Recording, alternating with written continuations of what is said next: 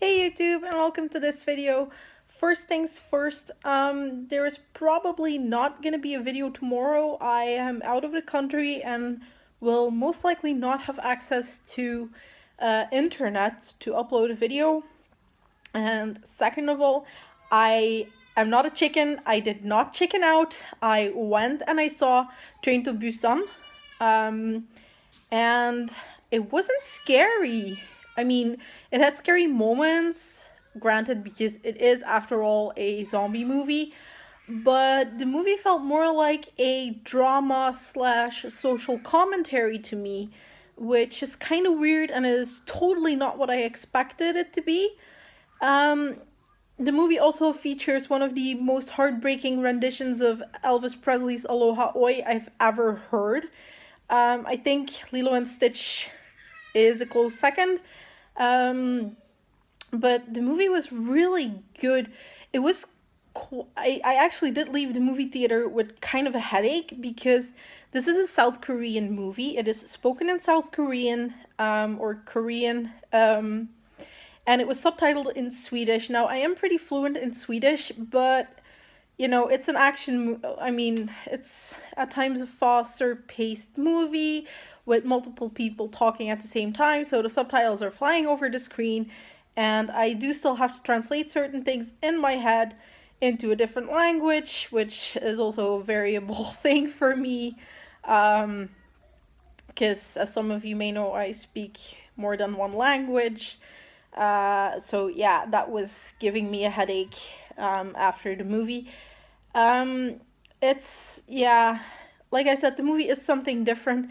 And it's like in the small things that you notice that this movie is actually not a Hollywood produced movie, but a different thing. And it's in the small things like sound effects and stuff like that, which are slightly different. Also, a thing I noticed is that South Koreans apparently have, or at least in the movie, an affinity for extremely large phones, which is totally weird. I loved it though. I love phones that are larger. I just find it convenient. Other than that, the story is very dramatic. It's very heartbreaking as well. Warning, this is gonna contain spoilers. If you haven't seen the movie yet, proceed at your own risk. So the story basically tells you what happens to a father and daughter who take the train to Busan to go meet up with his ex-wife and her mom, the kid's mom. The kid is about 7 or 8 years old, and there is a outbreak of something at the start of the movie. You see a truck drive up to a quarantine post where the truck gets decontaminated, and the driver asks, well, what's going on? Are you, going to kill my animals again? Indicating that he is a farmer and that, animals of his have been killed in the past for an outbreak of hand, foot, mouth, or claw, whatever it is called, disease.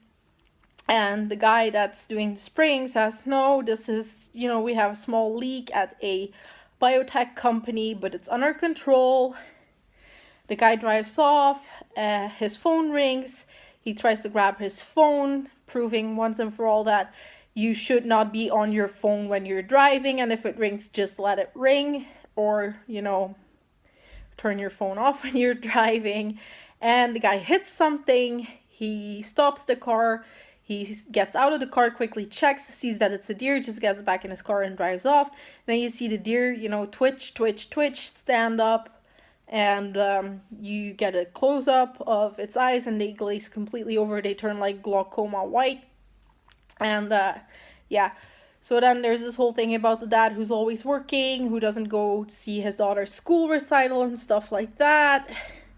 There's the whole discussion about the kid wanting to see her mom for her birthday. Sorry, my camera is getting wobbly. I have to reposition a sec. Things like that, typical story there, kind of. And he does agree to take her on the train to go see her mom for her birthday. And when they are driving to the train station, they almost get run over by a whole bunch of fire trucks, and in the distance you see that there's a skyscraper on fire in the town where they live.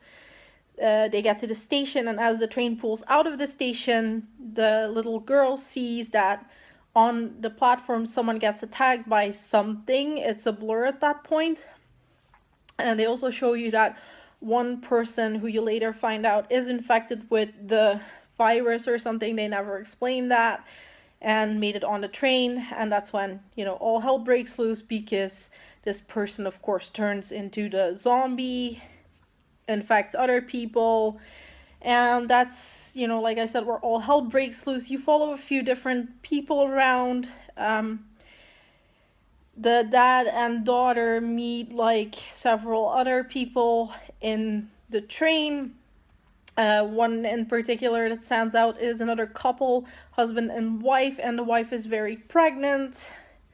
And in the end, at the end of the movie, and this is the heartbreaking part, the dad actually sacrifices himself to save the life of his daughter and the pregnant woman, whose husband has since, become infected and turned into a zombie himself. But there is a slightly happy ending, because they do make it to Busan, and from what the movie suggests, they do arrive there, and Busan is apparently safe. I thoroughly enjoyed this movie. I do not know if there will be a second movie at all. I have no idea about that. If there is, I would like to see it, because, you get invested in these characters. That's another thing. I have noticed with the very few, and I admit that, the very few zombie movies I have seen that were Hollywood produced, oftentimes, and this is something I also have with certain types of action movies, oftentimes you don't get enough time to, meet the characters and properly develop sort of a bond with them. That was not the case here.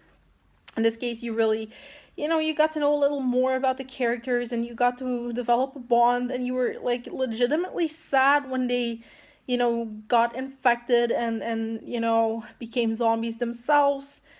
So yeah, in the end, it was really, really sad. And the kid's dad sacrifices himself right before they arrive at the safety checkpoint in Busan. And it's very, it's very sad, because she actually studied the song Aloha Oi by Elvis Presley for a recital at school, but she couldn't sing the song because she studied it for her dad, and her dad wasn't there.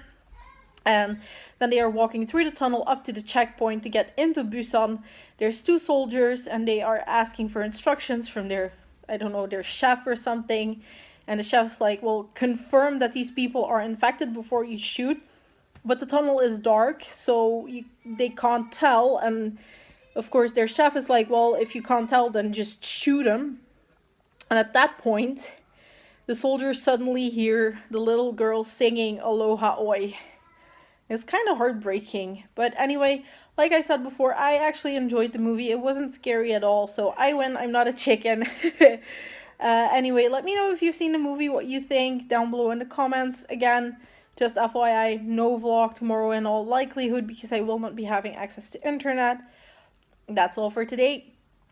I hope you had a wonderful Friday. Have a wonderful weekend, and I will see you all later. Bye!